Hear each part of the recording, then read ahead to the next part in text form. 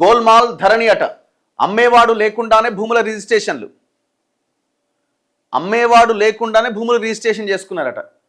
Same Pawan Kalyan కూడా అదే కదా, సేమ్ అది కూడా ధరణియే, అది కూడా అంతే కదా.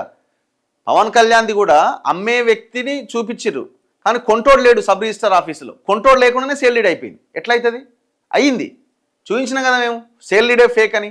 పవన్ కళ్యాణ్ కోడి చెరువును కబ్జా చేసి నేను కొన్నాను ఏదైతే చెప్తున్నాడో, ఎవరో కొంతమంది రైతుల దగ్గర నుంచి ఒకరికి జీపీఏ చేయించిండు. అంతే, వీళ్ళంతా చేసిన డ్రామా అనేది కావాలని. కొంతమంది రైతుల దగ్గర నుంచి ఒకరికి జీపీఏ చేయించి, ఆ జీపీఏ చేసిన వ్యక్తి సబ్ రిజిస్ట్రార్ ఆఫీస్కి పోయిండు. పవన్ కళ్యాణ్ ఇంకొక అతన్ని తనని పెట్టిండు రిజిస్ట్రేషన్ కోసం. పవన్ కళ్యాణ్ సెలబ్రిటీ కదా, ఇక్కడికి పోతే జనం వస్తారు అనుకున్నాడో, ఇక ఆయన పోలేడు కదా, కాబట్టి ఇంకొక చేత రిజిస్ట్రేషన్ చేయించిండు. అయితే ఎవరినైతే పెట్టిండో ఆ వ్యక్తి సబ్ రిజిస్ట్రార్ ఆఫీస్కి పోతే కదా రిజిస్ట్రేషన్ అయ్యేది. ఆ వ్యక్తి పోకుండానే రిజిస్ట్రేషన్ జరిగిపోయింది. ఎట్లా అవుతుంది అది? కబ్జా ఇదంతా పక్కన పెట్టి, అసలు నువ్వు పైసలు పెట్టి కొనుక్కున్నా అన్న ఆ సేల్ డీడే రాంగ్ సేల్ డీడ్. సేమ్ ఇది కూడా అంతే. గోల్మాల్ ధరణి, అమ్మేవాడు లేకుండానే భూములు రిజిస్ట్రేషన్లు అయిపోతాయి. యజమాని వేలిముద్ర అక్కర్లే, ఓటీపీ అక్కర్లే, అన్నింటినీ బైపాస్ చేస్తూ సాఫ్ట్వేర్ల వినియోగం. విదేశాల్లో ఉన్న వాళ్లకు తెలియకుండానే పేర్లు మార్చిపడేసిరట. 8 లక్షల లావాదేవీలు ఆడిట్ చేస్తే 22,000 తేడా వచ్చిందట. అంటే 8 lakh ట్రాన్సాక్షన్ సంబంధించినవి అవన్నీ తీస్తే 20,000 తేడా వచ్చిందట. అందులో 20,000 అప్లికేషన్లు తేడా వచ్చినాయట. గోస్ట్ ఐడీలతో లక్షల ఎకరాల రికార్డులు మార్చిపడేసిరట. Time clock మార్చిరట. పాత తేదీలతో రిజిస్ట్రేషన్లు చేసిరు. ఇప్పుడు ఆ సిస్టమ్, ఆ సాఫ్ట్వేర్ ఉన్న ఆ సిస్టమ్కి సంబంధించినటువంటి టైంని మారుస్తారు. దాంట్లో మార్చినప్పుడు ఏమవుతుంది, ఎప్పుడైతే ఆ ధరణిలోకి ఎంటర్ చేస్తారో ఆ మార్చినటువంటి టైంతోనే రికార్డ్ తయారవుతుంది.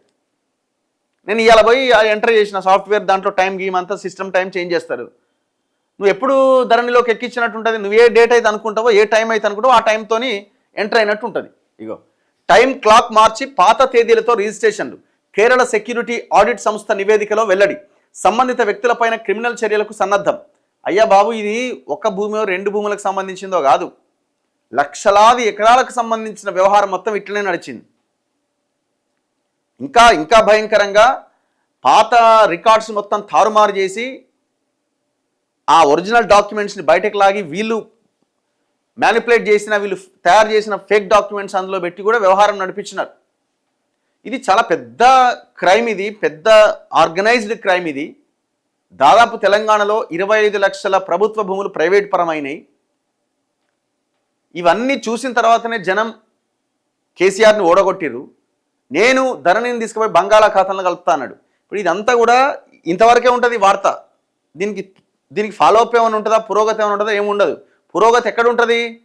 అధికారులు, నాయకులు ఇదంతా అడ్డం పెట్టుకొని నీకు సగం నాకు సగం అని పంచక తినే దగ్గర ఉంటుంది పురోగతి.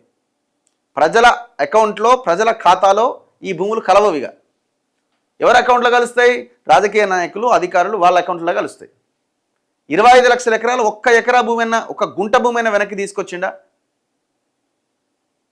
తీసుకురాడు. కేసీఆర్ హయాంలో ధరణి తీసుకొచ్చినప్పుడు రెవెన్యూ రికార్డుల ఆన్లైన్ నిర్వహణ వ్యవస్థ పక్కాగా ఉంటుందని, భూమి యజమాని వచ్చి వేలిముద్ర వేస్తేనే రికార్డు తారుమారు అవుతుందని ముఖ్యమంత్రి అనుకున్నా దాంట్లో ఎంట్రీలు మార్చలేడని ఆయనే స్వయంగా ప్రకటించారు. మనలాంటి సామాన్యులకు నిజంగానే అది దుర్భేద్యమైన వ్యవస్థగా పనిచేసింది. అందులోనూ ప్రతి నిబంధన పాటించాల్సిందే. అప్పుడే మన పేరు, భూమి విస్తీర్ణం పక్కాగా ఆన్లైన్లో ఎక్కినాయి. అదే సమయంలో రాజకీయ నాయకులకు, రియల్ ఎస్టేట్ సంస్థలకు మాత్రం ఎలా అంటే అలా అడ్డగోలుగా రికార్డు మార్చే గోల్మాల్ వ్యవస్థగా పనిచేసింది. ఇటీవల తప్పుడు చలాలతో భూముల రిజిస్ట్రేషన్ వ్యవహారం బయటపడినప్పుడు రాష్ట్ర ప్రభుత్వం ఈ మొత్తం భాగోతాన్ని బయటకు తీయాలని Kerala security audit and assurance centre అనే ఒక ఆడిట్ సంస్థకి బాధ్యతలు అప్పచెప్పింది. ఆ సంస్థ తాజాగా ఇచ్చిన నివేదిక ధరణి మేడిపండు చందాన్ని బయటపెట్టింది. అది పరిశీలించిన 8 లక్షల ధరణి లావాదేవీల్లో 22,000 లావాదేవీలు సాంకేతికంగా అనుమానాస్పదంగా ఉన్నాయని తేల్చింది. ఇప్పుడు మేము రీసెంట్గా ఇక్కడ తిరుమలగిరికి పోయినాం. తిరుమలగిరిలో 8 ఎకరాల భూమి గవర్నమెంట్ ల్యాండ్, అది నవీన్ మిట్టల్ ఖతం చేసి పడేసిండు. ఇట్లా మేము చేసిన వందలాది వీడియోస్లో అన్నిట్లో జరిగింది మొత్తం ధరణిలో జరిగిన గోల్మాల్లే. నవీన్ మిట్ ఇప్పుడు ఈయన ఇంత మేము ఆడిట్ చేస్తున్నాం, ఏదో చేస్తున్నాం అని అంటున్నాడు కదా. నవీన్ మిట్టల్ అంటోడే కదా మొత్తం వ్యవహారం దొంగ అంతా CCLA కమిషనర్గా ఉండి చేసింది. మరి ఆ దొంగని 1 ఇయర్ పాటు కంటిన్యూ చేసినావు కదా, 1 ఇయర్ పాటు కంటిన్యూ చేసినావు కదా, ఒక్కడి మీద నన్ను యాక్షన్ ఉందా? పోనీ ఒక్క అధికారినైనా జైలుకి పంపినావా ఈ తప్పులు చేసినోన్ని?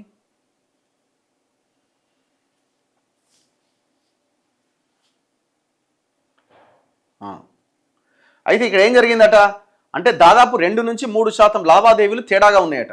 అందులో ప్రధానమైంది భూమి యజమాని లేకుండానే అతని ఆధార్ కార్డు, అతని వేలిముద్ర, ఓటీపీతో పని లేకుండానే రిజిస్ట్రేషన్లు జరిగిపోయినాయట. అంటే ఎక్కడో అమెరికాలో వేరే రాష్ట్రంలో ఉన్న భూమి యజమానికి తెలియకుండా ఆధార్, వేలిముద్ర, ఓటీపీ ప్రాసెస్ను అంతా బైపాస్ చేసి సాఫ్ట్వేర్ను వినియోగించి రిజిస్ట్రేషన్లు చేసిరట. ఇందుకోసం ధరణిలో పనిచేసి మానేసిన టెక్నీషియన్లు, డేటా ఎంట్రీ ఆపరేటర్ల ఐడి పాస్వర్డ్లు యాక్టివ్గా ఉంచుతూ పని కానిచ్చేశారు. రికార్డులు మార్చడానికి ప్రస్తుత అధికారుల ఐడీలను వినియోగిస్తే దొరికిపోతామనే భయంతో గోస్ట్ ఐడీల ద్వారా అర్ధరాత్రుల్లో డేటాను ట్యాంపర్ చేసినట్లు ఆడిట్ అధికారులు గుర్తించారు. దీనివల్ల సైబర్ క్రైమ్ నిపుణులకు కూడా తొలుత ఐడెంటిటీ ట్రాక్ చేయడం సాధ్యం కాలే.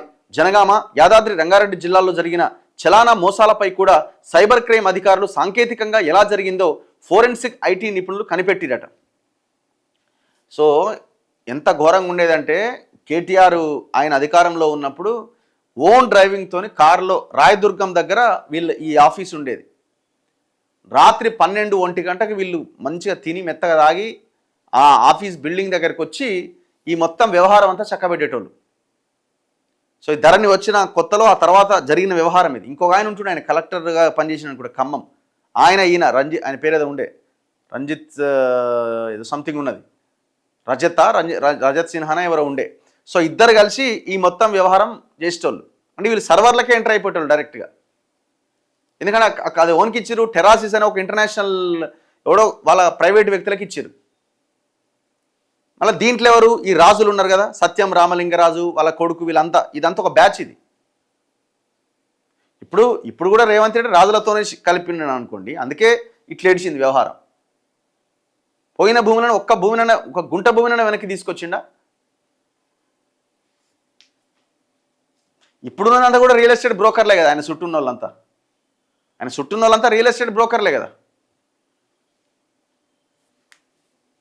సో చాలా దారుణం అసలు. ఎంత ఘోరంగా అంటే దీన్ని ఎట్లా వాడిరంటే అట్లా వాడి పడేసారు.